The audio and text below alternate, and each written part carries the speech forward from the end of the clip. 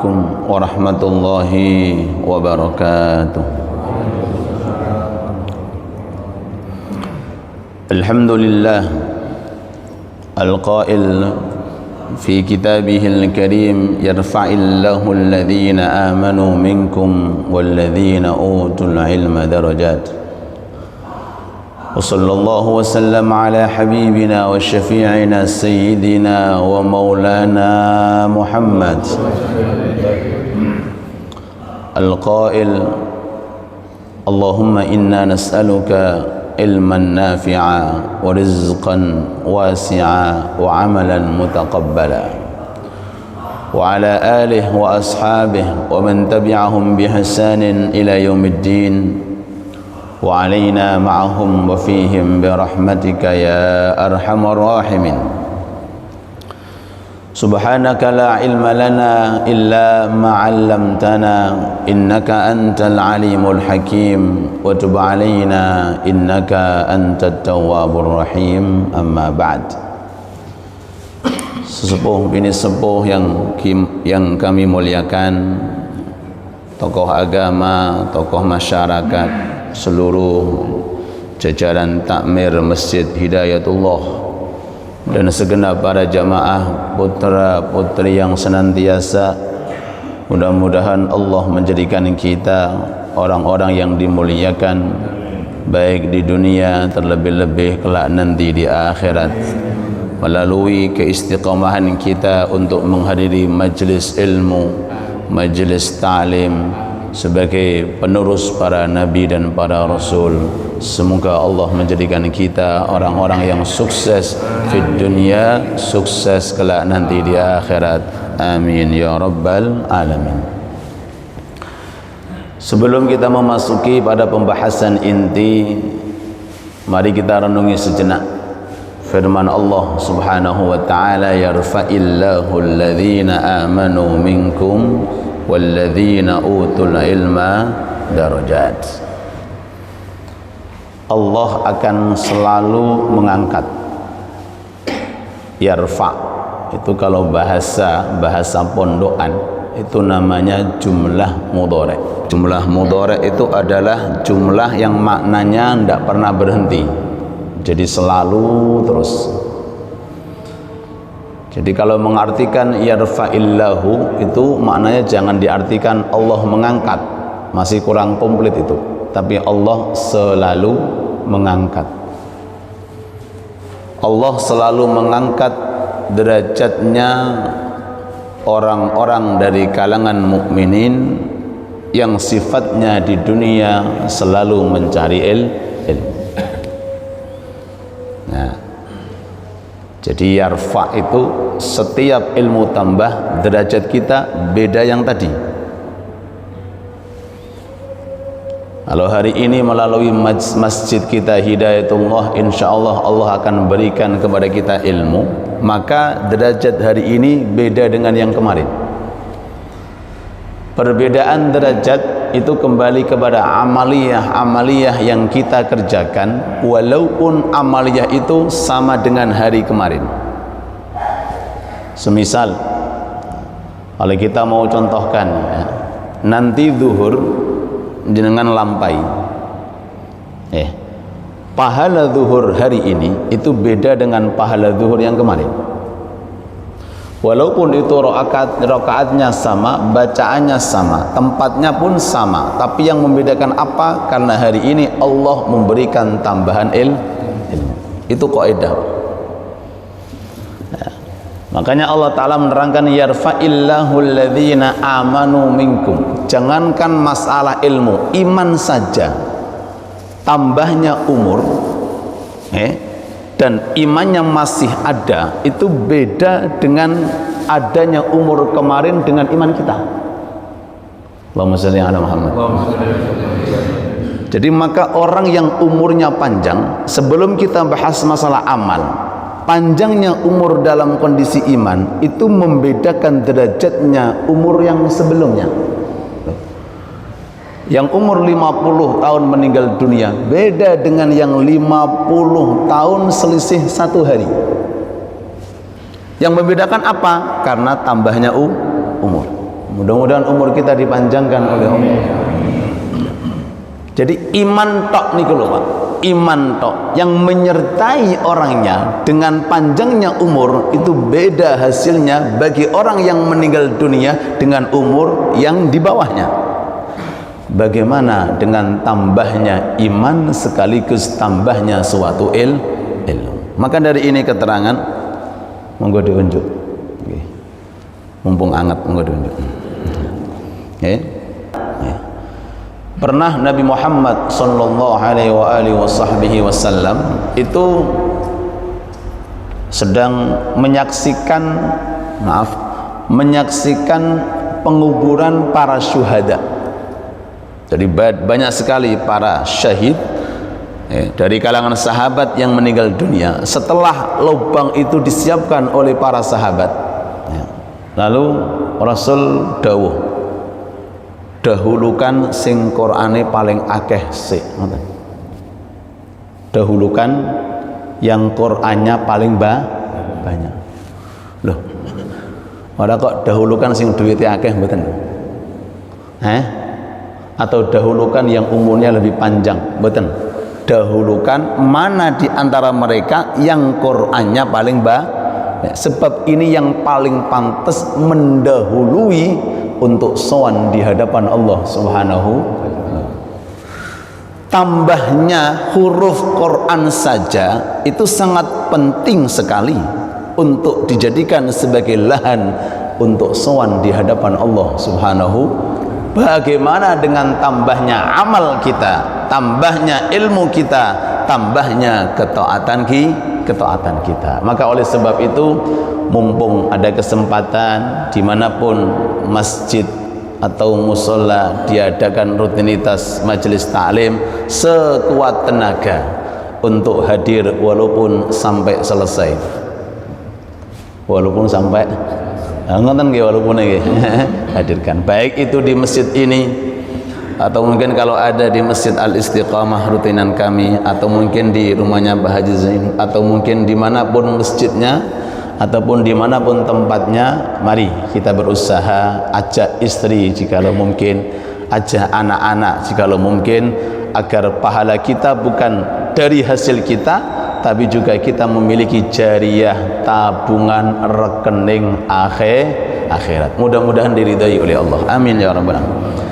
Bapak Ibu yang dirahmati Allah Subhanahu wa taala, ya, pernah kita dengar namanya salat sunnah wudu. Salat sunnah yang dikerjakan seusai wudu namanya salat sunnah wudu. Dan ini merupakan salah satu salat yang kita berharap jangan sampai diabaikan, ya, jangan sampai ditinggalkan. Seusai daripada wudu, jenengan dianjurkan salat sunnah wudu. Jadi salat seusai wudu. Usolli sunnatal wudu rakaatain lillahi ta'ala. Ya, kapan saja, baik wudunya itu seusai subuh, baik itu wudunya seusai daripada asar, kapan saja seusai daripada wudu, jenengan kalau bisa jangan tinggalkan sholat sunnah 2 rakaat, niatnya usolli sunnatal wudu'i raka'atain lillahi ta'ala. Terkait tentang ini amalan, pernah beliau Nabi Muhammad sallallahu alaihi wasallam memanggil sahabat Bilal bin Rabah. Bilal bin Rabah, sebelum saya lanjutkan, ini orang kulit hitam. Orang kulit hitam. Kita dianjurkan oleh agama jangan menghina orang, jangan melihat fisik orang, apalagi sampai membedakan antar kulit dengan kulit. Kata Rasulullah, jangan hina kulit hitam, karena di antara mereka ada pemimpin yang nantinya akan memimpin penduduk surga. Siapa? 3 orang. Luqmanul Hakim, itu kulit hitam. Sinten Pak? Luqman, itu kulit hitam, tapi dikasih oleh Allah Ta'ala hikmah, dan Rasul sudah menyampaikan ini Luqman walaupun kulit hitam termasuk pemimpin yang akan memimpin penduduk surga. Yang kedua, Bilal bin Rabah. Bilal bin Rabah, siapa itu? Muadzin Nabi Muhammad sallallahu alaihi wasallam, kulit hitam dari Habasyah. Yang ketiga, Raja Habasyah, namanya Raja Najasyi. Pernah dengar kitab sirah? Sebelum Rasulullah hijrah dari Mekah kota Madinah, itu pertama kali hijrah di kota Habasyah. Karena Rasulullah sudah melihat nggak ada daerah yang aman untuk menyelamatkan para sahabat. Rasul di kota Mekah mengatakan hijrah kalian ke kota Habasyah, karena rajanya orang soleh. Rajanya apa? Ketika para sahabat sampai di kota Habasyah, ya, dijamu luar biasa. Cuma atas takdir Allah Ta'ala, Habasyah ini nggak sempat ketemu dengan Nabi, tapi sudah mengimani keberadaan Kanjeng Nabi lewat dakwahnya para sahabat. Sehingga Rasulullah ketika wafatnya Habasyi ini, Rasulullah sholat jenazah gaib di kota Makkah.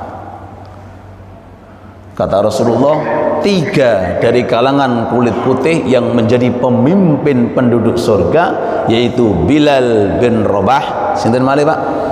Luqmanul Hakim dan Raja Najasyi.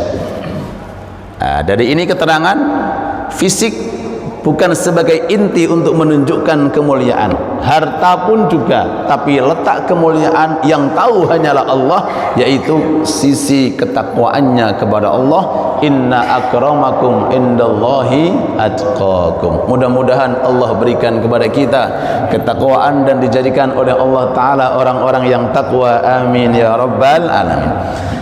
Ini Bilal bin Rabah pernah dipanggil oleh Kanjeng Nabi, Bilal kesini. Datang Bilal, lalu Rasul bersabda, Bilal, tadi malam aku lihat gesekan sendalmu di surga. Jadi sendali Bilal wis ning swarga, Pak. Pertanyaan, mobil kita sudah sampai surga belum? Sepeda motor kita sudah masuk surga belum? Insya Allah. Sepeda motor yang kita pakai, kendaraan yang kita pakai, insya Allah sebagai wasilah mempermudah kita untuk masuk surga. Bilal, tadi malam ini sami'tu khashkhashatan na'laik, aku mendengar gesekan sendalmu di surga. Apa yang kau kerjakan? Ya. Apa yang kau kerjakan? Kanjeng Nabi niku sinten, Pak? Kanjeng Nabi niku ngalimi tiyang ngalim. Walaupun enggak bertanya, beliau tahu. Tapi ini memberikan isyarah, tidak dianggap hina kalau orang alim tanya kepada orang bawahnya. Tidak menunjukkan merosotnya derajat kalau orang pinter tetap ikut ngaji. Tidak ada merosotnya derajat kalau orang pandai boleh bertanya. Kata Bilal, ya Rasulullah, setelah Allah memberikan kepadaku iman dan Islam, gak ada amalan yang saya istiqomahkan kecuali 2 rakaat seusai wudu. Jadi ulama mengatakan penyebab sendalnya Bilal masuk surga itu atas pernyataan beliau, aku selama Islam tidak ada amalan yang paling aku cintai melebihi daripada 2 rakaat seusai wudu. Nggih. Ini sponsornya suruh minum kopi, monggo nggih. Ya, bismillahirrahmanirrahim. Sallu ala Nabi Muhammad. Monggo kita lanjutkan. Nggih. Monggo Abah nggih. Bon. Jadi itu pernyataan sahabat Bilal. Sebab inti daripada kemudahannya, maaf, sahabat Bilal bisa mengirimkan sandalnya, ya, maksudnya bukan sandalnya itu, bukan, tapi Rasulullah sudah digambarkan bahwa Bilal sandalnya bakal mlebu swarga. Berarti nek sandalnya mlebu swarga, wonge mosok keri, Pak. Ya, swarga. Kata sahabat Bilal, semenjak aku Islam ya Rasulullah, amalan yang paling saya cintai, yang saya istiqomahkan, yaitu sholat 2 rakaat seusai wudu. Pelaksanaan daripada sholat ini itu kadang-kadang orang, waduh, agak berat, agak sulit.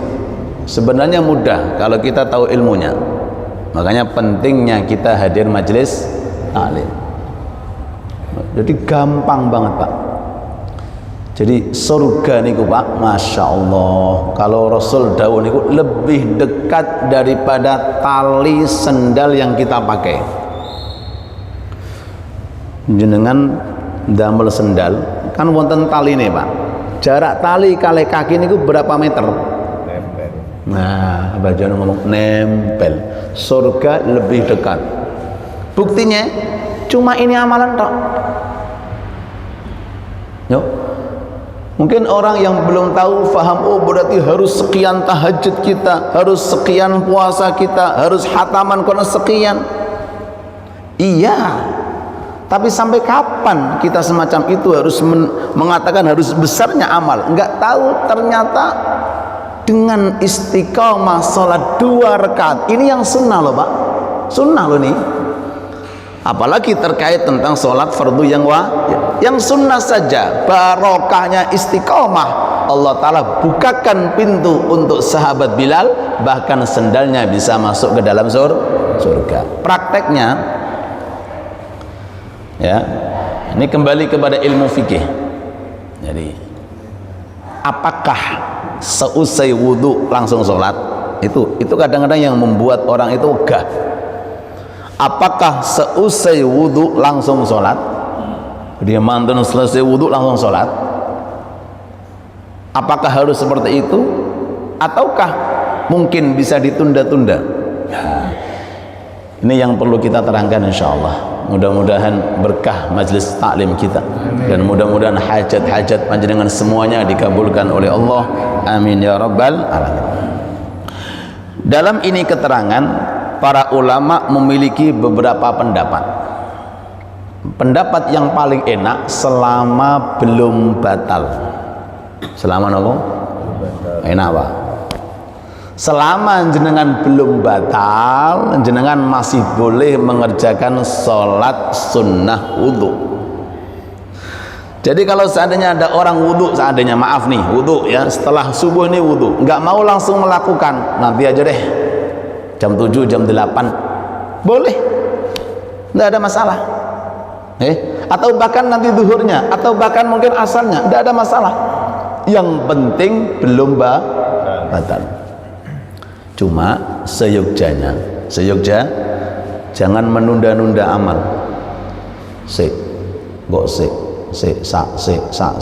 Selak ketekanan tamu. Napa tamu niku? Ketekanan tamu. Napa tamu niku? Lah, paham ya. Mesti tekoni. Jadi jangan saksik, punya uang saksik langsung, Pak. Infak, sedekah, jangan nunggu nanti. Pada kesempatan bisa ngaji, nanti jangan. Bisa ngamal, jangan. Halakal mutasawwifun. Orang yang pergayane saksik itu biasanya tuno, napa? Gak kelakon biasanya. Saksik gak kelakon. Kenapa? Karena kita nggak tahu kesibukan setelah ini. Betul apa betul? Ya. Fastabiqul khairat wasari'u ila maghfiratun. Iya nek saumpamane jadwal mati awak dhewe sing megang, Pak. Santai. Tak bunderi kalender sing 5.000 mungkin. Sing 5.000 mboten sing 1.000, sing 5.000. Tak kalenderi, tak bunderi dhewe insyaallah mati dalam kondisi sujud insyaallah di masjid. Cek enake ngomong.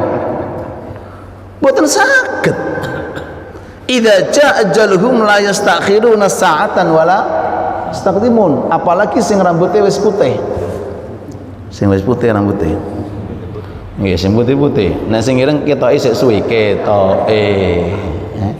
Lho nggih, karena itu kiriman datang dari Allah. Artinya harus betul-betul dipersiapkan dari dini hari. Jangan nunggu dengan menunda. Sebab biasanya kalau menunda itu biasanya ora hasil. Pun nggih. Cuma ada pendapat mengatakan sebelum kering napa? Anggota wudu. Sebelum kering anggota wudu. Jadi selama anggota wudu itu masih basah dengan air wudu, maka kerjakan. Walaupun boleh pendapat yang pertama. Apalagi seusai wudu langsung mengerjakan, ini luwih sae. Lah, saya paparkan ini pendapat sebab surga itu mboten 1 derajat. Selama orang itu cepat ibadai, maka surganya juga naik. Gini apa nggih? Gini apa nggih? Ana wong mergawe ning Petro, terlambat terus. Kira-kira gajine pepek ora? Potong ae suwen. Jam 7 kudu teko, jam 10 lagi teko ini ngopi sik. Makanya paling enak itu ngopi di masjid, Pak. Paling enak. Wis gratis. Untuk kotaan, untuk pahala, untuk ilmu. Nah niku ngopi di masjid. Gini apa nggih? Mudah-mudahan yang infak, yang sedekah dilancarkan rezekinya oleh Allah. Dari sekian pendapat, sing paling sae mana pahalanya? Sing paling cepet jenengan nanggapi ibadah. Itu secara khusus ini amal, umumnya semuanya. Makanya orang masuk surga itu levelnya 3. Ono sing mukane koyok matahari, ada yang mukanya koyok rembulan, ada yang mukanya kayak bintang, muka kayak dop ora ono. Mertas dop, nah lampu pelik lah. Yang kayak matahari itu yang datang sebelum adzan. Setiap orang datang sebelum adzan ke masjid, jadi belum dikumandangkan adzan, belum waktunya tiba, dia sudah niki mlebu swarga, mukanya kayak muka napa? Matahari, mencorong. Ayo, jenengan wis pernah praktek napa dereng? Insyaallah. Insyaallah. Sekarang aku tak golek sing rembulan ae. Oke, golek rembulan sih enggak apa-apa. Tak turuti pokoknya rembulan. Rembulan mana? Orang yang keluar dari rumah di tengah perjalanan pas adzan dikumandangkan. Yo, wis mlebu napa dereng? Insyaallah. Ini wah, kita ya ora sanggup golek sing kaya bintang. Adzan dikumandangkan langsung wudu siap berangkat. Yang menjadi bahan pikiran saya, cek lomane pangeran, selisihnya beberapa menit saja. Loh, selisihnya itu Pak, enggak hari-harian loh Pak, enggak minggu-mingguan. Selisihnya cuma beberapa menit saja, tapi jarak kemuliaannya di surga berbeda. Terus nasibe sing terlambat piye Pak Iwan? Lah, apalagi yang tidak ke masjid. Kita enggak membahas masalah sahnya sholat, kita enggak membahas masalah sholat itu boleh dilakukan. Kita membahas kita ini di surga pilih yang paling baik, yaitu Firdausul A'la. Kita kembali. Oke. Jadi sekali tempo boleh jenengan, apalagi mungkin kalau kondisi-kondisi terbatas waktunya, selama belum batal maka jangan tinggalkan sholat sunnah wudu.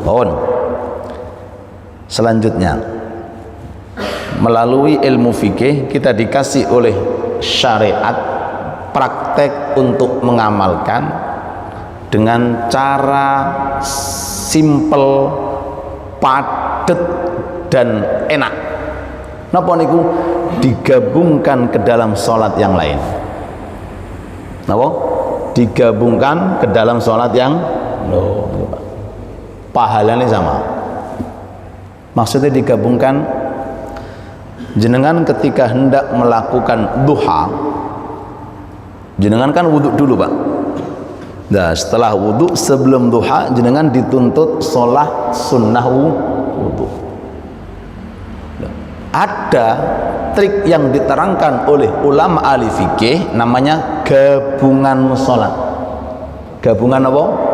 Sholat. Jadi disesep-sesepkan, diselintip-selintipkan, dimasuk-masuk. Niku ilmu kula Pak, napa? Makanya kadang-kadang saya lihat ada orang masuk ke masjid sholatnya ping 6, masya Allah 6 rakaat rek. Kula cuma 2 rakaat tok. Sebab no, saya tahu ilmunya. Nggih, kula ngertos. Ya. Semisal niki jenengan, maaf nggih, dari rumah jenengan ke masjid, jenengan punya sholat yang begitu banyak. Pertama tadi sholat sunnah wudu. Yang kedua sholat tahiyatul masjid. Yang ketiga sholat qobliyah fajar.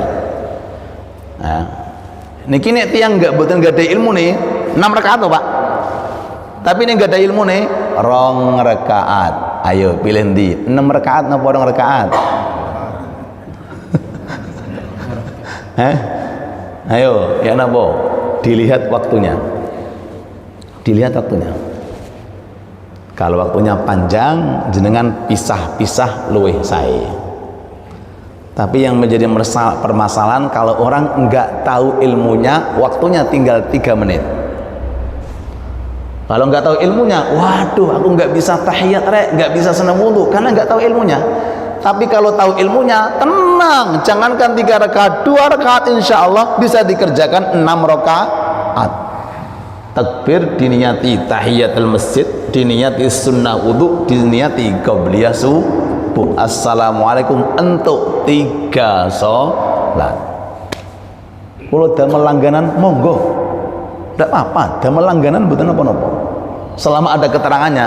Walaupun dari segi banyaknya pahala, karena kan otomatis 6 rakaat itu kan otomatis Fatihah tambah kathah, tasyahud tambah kathah, ruku'e tambah kathah, dan waktunya juga tambah panjang, capeknya juga lebih capek, otomatis lebih banyak pahalanya. Cuma daripada tidak diamalkan, kadang-kadang ada orang daripada nggak diamalkan, kan ada solusinya.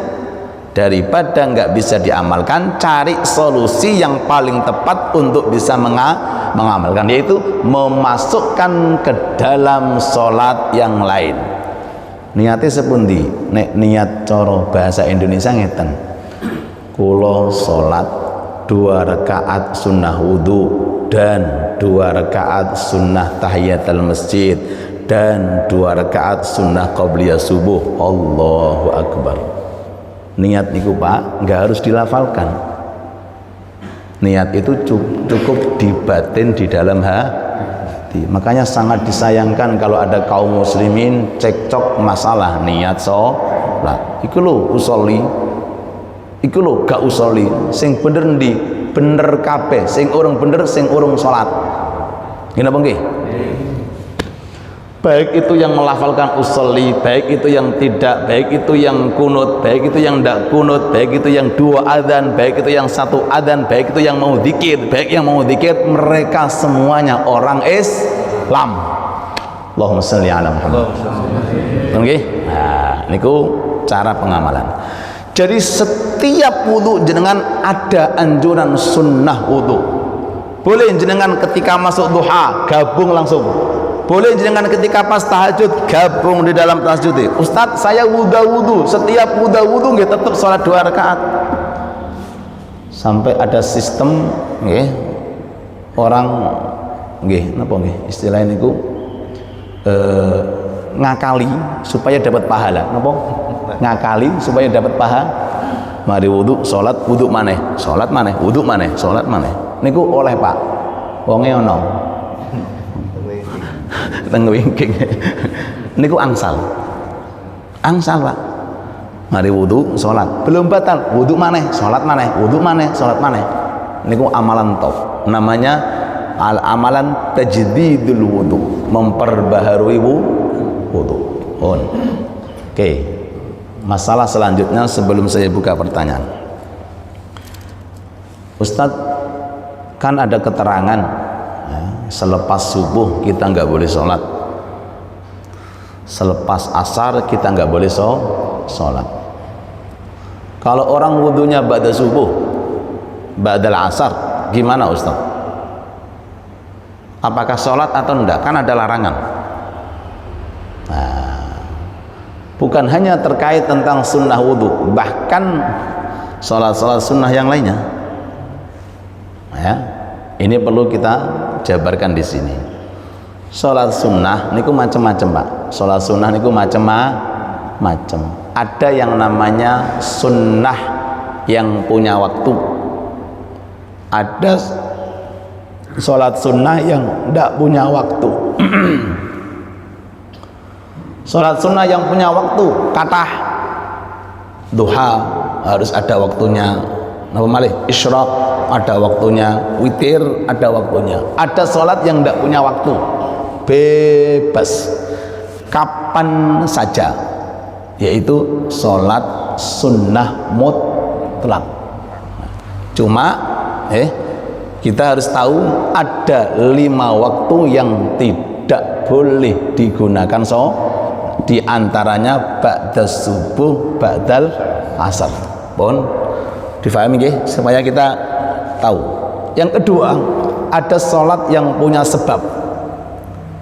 Ada sholat, tadi kan sholat yang punya waktu, sekarang sholat yang punya sebab. Contohnya, kapan orang sholat sunnah tahiyatul masjid? Kapan Pak? Kapan? Ketika masuk masjid. Jadi ono sebabnya. Makanya nggak boleh Pak orang sholat ketinggalan jamaah Jumatan, sholat ini pinggiratan tahiyat, nggak boleh karena bukan termasuk Jadi dia sholat karena ada sebab masuk ke masjid. Malih, kapan orang sholat sunnah wudhu? Kapan? Setelah jadi sebabnya karena ada wudhu. Kapan orang boleh sholat mau bepergian? Sholat safar kapan? Ketika mau bepergian. Lah, sholat yang punya sebab ini dibagi menjadi 2. Ya, bisa difahami insyaallah. Ya. Ada yang sebabnya mendahului, ada yang sebabnya terlambat. Yang sebabnya mendahului ini yang boleh secara mutlak. Orang masuk masjid ba'dal fajar. Pertanyaan, sholat sunnah tahiyatul masjid apa mboten? Nggih, sebabnya mendahului, mlebu sik lagi ini berarti boleh. Ini kok ida Pak? Sunnah tahiyat, sunnah wudu, sholat sunnah wudu. Kapan itu? Setelah wudu. Berarti wudu dulu baru sholat. Ini boleh walaupun ba'dal fajar. Adapun sholat sunnah yang punya sebab, yang sebabnya itu di belakang, tidak boleh. Contohnya apa? Sholat bepergian. Sholat sih lagi lungo, berarti gak oleh Pak. Ada orang mantun subuh mau ke Jakarta. Sholat dulu, ntar dulu, ba'da subuh ini nggak boleh sholat. Loh, kamu ini kan mau bepergian, ntar dulu, ini sebabnya ke belakang. Jadi sholat dulu baru bepergian, bukan kok bepergian dulu baru kemudian sholat. Faham nggih? Understand? Nah, lebih dalam lagi, lebih dalam lagi, sholat qobliyah subuh bagi yang terlambat. Ini kadang-kadang dipermasalahkan. Jadi saya survei umeke wong karena gak gelem ngaji. Bon Pak, tiang umek, ngertos umek Pak? Napa bahasa Inggris? Nek bahasa Tuban umek, usil wae karena kurang ilmu. Iki lho cangkir, nek bek isine kopi jenengan tutuk tek. Tapi nek kosong ting. Wong sing pergawane ting-ting niku karena kosong, gak ono kopine. Kula ajak guyon mawon jenengan. Jadi ono wong umek, apalagi merengut, ono apa? Wong aku gak diutang sampeyan kok merengut. Sing happy, sing nyantai, menyikapi semua orang husnudzon. Oh, mungkin ada pendapat. Oh, mungkin dia pakai pendapat ini. Oh, mungkin ngeten lho Pak. Aja kok surga dipek dhewe ngono. Surga iku wombo lho Pak. Sampeyan gak ngarang ngatasi dhewean. Kekno kabeh jak bareng-bareng mlebu suwar. Lho ngoten lho. Oh ini kok mengamalkan, oh mungkin ada pendapat. Semoten mawon, ini nggak mau mengamalkan, mungkin ada pendapat. Niku enak pak, nggih, gak gampang loro, juga gak cepet mati. Kenapa? Relax, kenapa nggih? Ngoten, wallahu a'lam. Ya, nah ini perlu saya terangkan, nggih. Bagi orang yang ketinggalan qobliyah subuh, niki mboyeman. Di antara orang yang rugi hari ini adalah orang yang tidak sholat qobliyah subuh, apalagi subuhnya. Sampai saya pernah itu lihat di postingan 7 manusia di dunia yang paling kaya. Tertarik pak, sopo yo? Mungkin namaku melebu, tak golek. Namaku ono apa ora?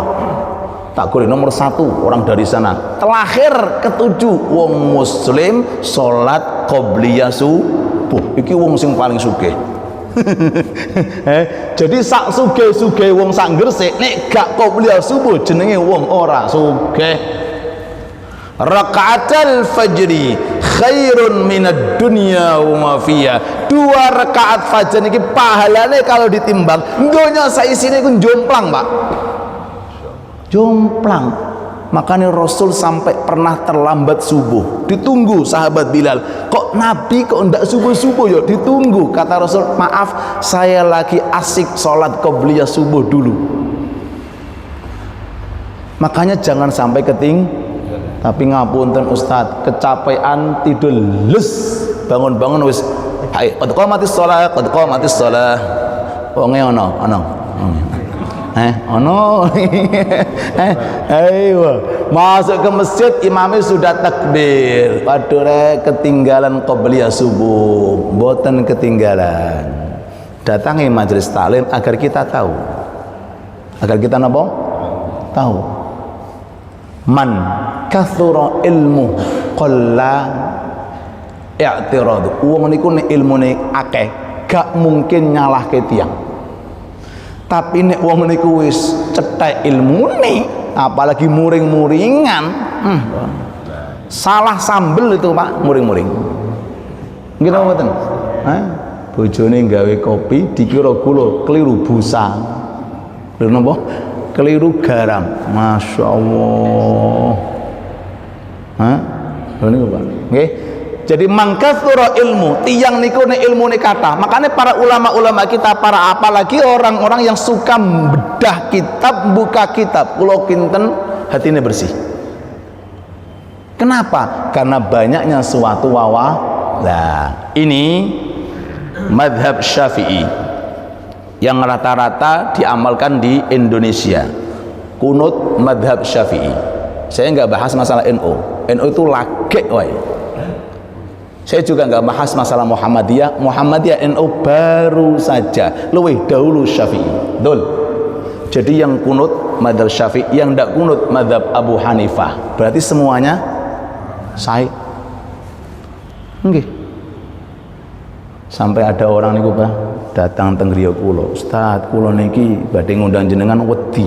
Wedi ana apa? Background jenengan iki kok malah maleh. Kadang ya 20, kadang yang 8. Kula jawab, sing penting amplope. Tak gawe guyon ae. Ini orang bahaya ini.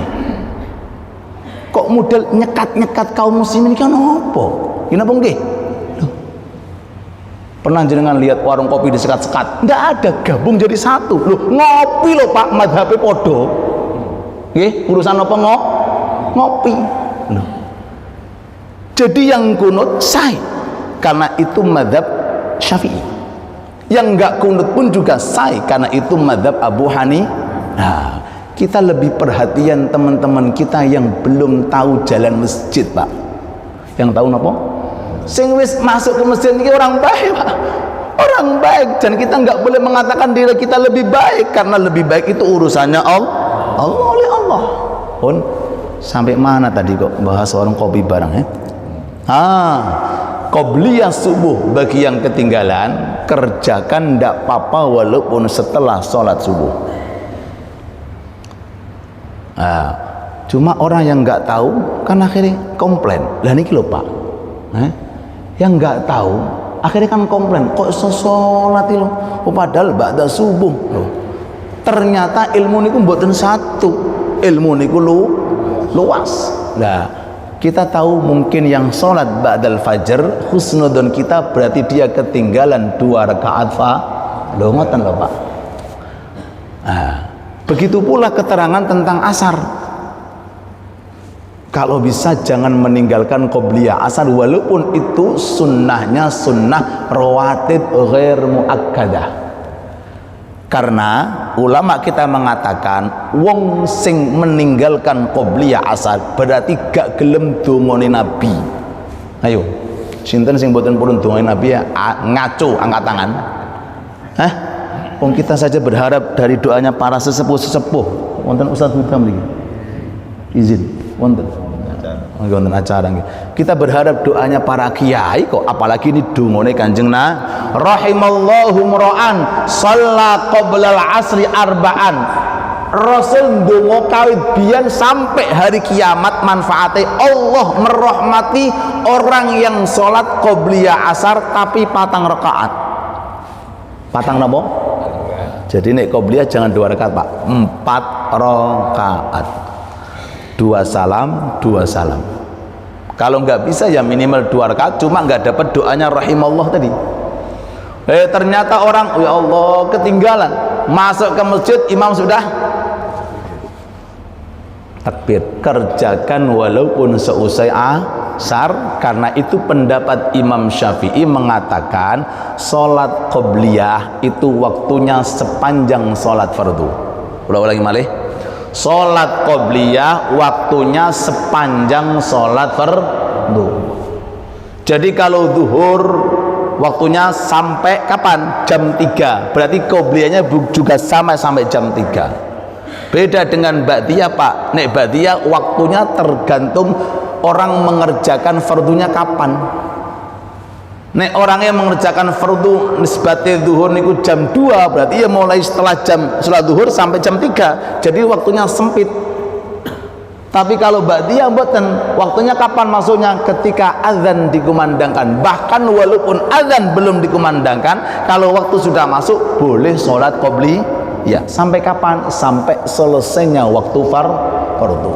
Loh, niki ilmu. Ya, cuma nih ilmu baru.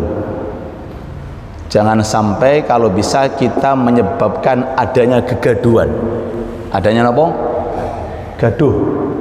Sebab ini keterangan jarang orang paham. Jarang orang paham dan jarang orang menerima. Ulama kita, para habaib, saya sanatnya semuanya ke habaib teng Hadramut. Dan kiai-kiai kita di Indonesia niku nek nuturi walaupun oleh tapi ojo ketokno wong akeh ngoten kok. Niki Masya Allah lho Pak, ilmu angel lho Pak nih. Dia bener loh Pak, tapi kurang pas. Bener saya sholat, tapi ini amalan jarang orang paham. Maka kerjakan di rumah, di tempat tidak kelihatan orang. Loh, niki luwih apik. Loh nggih, walaupun boleh-boleh saja, cuma alangkah indahnya dirahasiakan sebab masalah ini banyak pendapat. Banyak apa? Pendapat. Beda dengan jamaah, nggak ada pendapat lain kecuali sunnah. Ada yang mengatakan fardu kifayah, kompak niku, maka diviralkan. Tapi kalau masalah ini kadang-kadang ada orang yang belum paham atau mungkin beda dengan pendapatnya, maka disimpan, dilakukan di rumah atau nggak usah melakukan. Nanti jenengan qodoi di waktu yang disepakati oleh ulama 4. Tuh, ini ilmu baru. Nggih. Jadi statusnya sudah hilang waktunya, tapi boleh diqodoi pada waktu yang disepakati. Contohnya waktu duha dengan masukkan temeriku sholat qodok qobliyah fajar, atau mungkin mantun duhur sholat qodok qobliyah fajar, boleh, sangat diperbolehkan. Secara khusus ini keterangan umumnya setiap sholat sunnah yang punya waktu, kalau ketinggalan jenengan qodoi. Pas tiba tamu di rumah pas waktu duha, ngoten niku jenengan tinggal napa jenengan layani? Sik yo duha sik, ngoten Pak. Napa? Jenengan jamu walaupun gak duha. Luwih utama. Duhane jenengan qodhoi mantun zuhur. Niki cara untuk menyikapi tamu. Kecuali nek jenengan bareng, monggo duha bareng luwih apik. Luwih napa? Apik. Bahkan di dalam urusan jamaah nggih ngoten Pak. Pas adzan dikumandangkan, tamu teko. Masya Allah iki piye iki? Pak, napa nderek kula jamaah? Nek nderek monggo, nek mboten nggih pun jenengan punya udzur. Cuma ojo arep-arep tamu waktu jamaah niku. Ojo napa arep-arep waktu sama orang biasanya poso Senin Kemis. Ya Allah, poso Senin Kemis, Masya Allah, jam napa? Jam 4:30 ono tamu. Wayahe buka iku, Pak. Jam 4:30 ono tamu. Waduh, piye iki? Tinggal 1/4 jam, setengah jam buka iki, piye iki? Piye iki? Ayo. Nek jenengan berani dan hatinya menyadari, Pak, monggo diunjuk dalam tinggal setengah jam malih ngunjuk kula poso, menerima nggih monggo. Nek seandainya betul menerima, batalke Pak. Waduh, saya tinggal setengah jam, batalke jenengan pahala 2, menghormati tamu sekaligus dapat pahala lho niku fadilai memuliakan tamu. Wallahu taala a'lam. Sudah begitu banyak yang kita paparkan. Harapan kita mudah-mudahan Allah meridhai kita, Allah merahmati kita, Allah memberikan kepada kita ilmu yang berkah, ilmu yang manfaat, dan barokah kehadiran kita. Insya Allah seluruh jajaran masjid sekitar kita tambah makmur, seluruh musola di sekitar kita tambah makmur, dan insya Allah kita pulang dengan membawa hadiah dari Allah. Karena kita berada di rumahnya Allah, insya Allah Allah Ta'ala titip hadiah kepada kita untuk keluarga kita yang di rumah. Insya Allah menjadi keluarga yang tambah sakinah, tambah mawaddah, tambah rahmah. Amin ya rabbal alamin. Para istri, para anak zaman dahulu iku nek ana bapake teko ngaji, tangane dicekel diambung, kakine diambungi. Bojo jenengan nggih ngoten, Pak? Gak, podo, aku juga Pak. Tangannya nggih kakine mboten. Kenapa kok kakinya? Karena jenengan habis berada di atas sayapnya malaikat. Jadi setiap tiang keluar dari rumah ke masjid taklim niku hakikatnya jenengan mboten berjalan di atas aspal, tapi sayapnya malaikat membentangkan jenengan di atasnya. Jadi orang-orang dulu niku senengane ngoten, golek barokah, ngoten Bu nggih, nggih, minimal cium tangan, nggih, barokah majelis wallahu taala alam. Monggo kalau ada pertanyaan, nggih, pertanyaan umum, napa pertanyaan khusus, monggo, nggih, monggo Abah, seterusnya monggo. Ya, seperti ini, nah, itu kan menunjukkan bahwa ilmu itu luas, ilmu niku luas, ya, ilmu itu luas. Jadi saya ambil yang ketiga, bahwa letak kemuliaan seseorang tadi saya sampaikan ada pada ketakwaan. Ada juga keterangan lain disampaikan juga letak kemuliaan seseorang itu melalui adab dan akhlaknya. Jawabannya, adab dan akhlak adalah perincian daripada takwa. Paham? Inna akramakum indallahi atqakum. Orang yang paling takwa secara global diterangkan oleh Kanjeng Nabi dalam hadisnya, dalam riwayatnya banyak sekali. Perinciannya diantaranya letak kemuliaan seseorang itu ada pada budi pekerti. Berarti budi pekerti ini termasuk cerminan daripada akhlak. Makanya wonten hadis, innama bu'ithu liutammima makarimal akhlak. Dan Rasul juga sabda, belum pernah saya melihat amalan yang bisa cepat untuk memberatkan timbangan amal melebihi daripada akhlak yang mulia. Bahkan bagi orang mungkin yang kondisinya terbatas, nggak bisa tahajud tiap malam, tidak apa-apa, cari pintu selain tahajud. Atau orang mungkin nggak pernah kuat poso kaya sing ngomong. Kula jujur mawon, lemu ngeten iki bener poso. Awi poso ana kopi, batal neh. Kula lagi poso ana mangane batal maneh. Bagi orang yang seandainya siangnya nggak mampu untuk puasa karena kerja berat, maka nggak usah menyesal, cari pintu lain. Pintu apa yang ngimbangi tahajud semalam suntuk dan ngimbangi puasa? Pintu akhlak yang mulia. Jadi dengan sendirinya orang itu kalau akhlaknya baik, budi kertinya baik, itu langsung timbangan amal kita itu berat sendirinya. Innal mu'min la yudriku bi husni khuluqihi darajatas shaim wal qaim. Dengan otomatis orang akan mendapatkan pahala puasa walaupun dia nggak puasa, atau pahala tahajud walaupun dia nggak tahajud kalau akhlaknya baik. Ketemu dengan orang nyapa, niki akhlak Pak. Ketemu dengan orang senyum, orang kok metoto wae. Ono apa yo metoto wae. Menyapa senyum, apalagi sambil uluk salam, berjabatan tangan, takok. Niki semuanya akhlak. Ada sampah milik tetangga di depannya, diambil dimasukkan, ini adalah akhlak. Kita keluar dari perumahan ono satpam security, minimal din napa? Din niku seneng Pak, alhamdulillah aku dihargai Pak. Apalagi sambil dibuka jendela dikasih duit 1 juta, masya Allah. Aku siap jadi security. Ini akhlak Pak. Kita jangan mendewa-dewakan kita punya rutinan Quran sekian. Ini hal kalau kita perhatikan derajat kita naik di hadapan Allah. Nggih. Adapun yang kedua, akal adalah mahkota daripada manusia. Akal ini, ya, ini yang akan bisa menyetir kita. Makanya ada istilah sebaik-baik manusia orang yang syahwatnya disetir oleh akalnya. Jadi akalnya di depan, nafsunya di belakang. Ini sebaik-baik manusia. Setiap syahwat nafsu mau bertindak difilter oleh akal. Bener apa orang? Ngoten.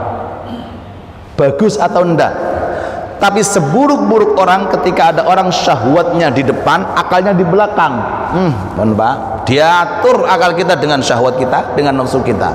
Dan kita tahu inna nafsa la ammaratun bisu. Enggak ada ceritanya nafsu baik, itu enggak ada. Mesti nafsu berbuat keburukan, kecuali nafsu kalau ditundukkan oleh akal yang sehat.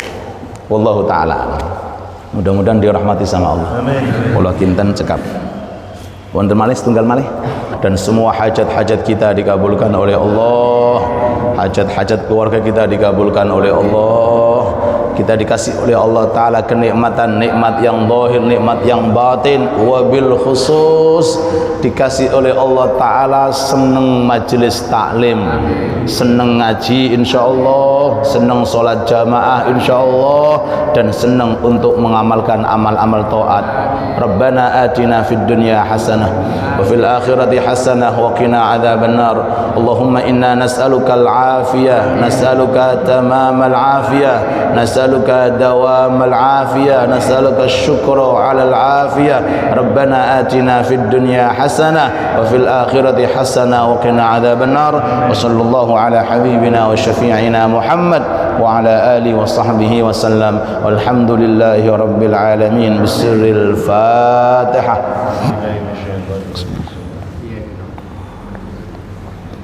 Monggo kalau bisa salat istighraqin nggih. Terima kasih. Subhanakallahumma bihamdik asyhadu an la ilaha illa anta astaghfiruka wa atubu ilaik. Wal 'afwu minkum. Assalamualaikum warahmatullahi wabarakatuh.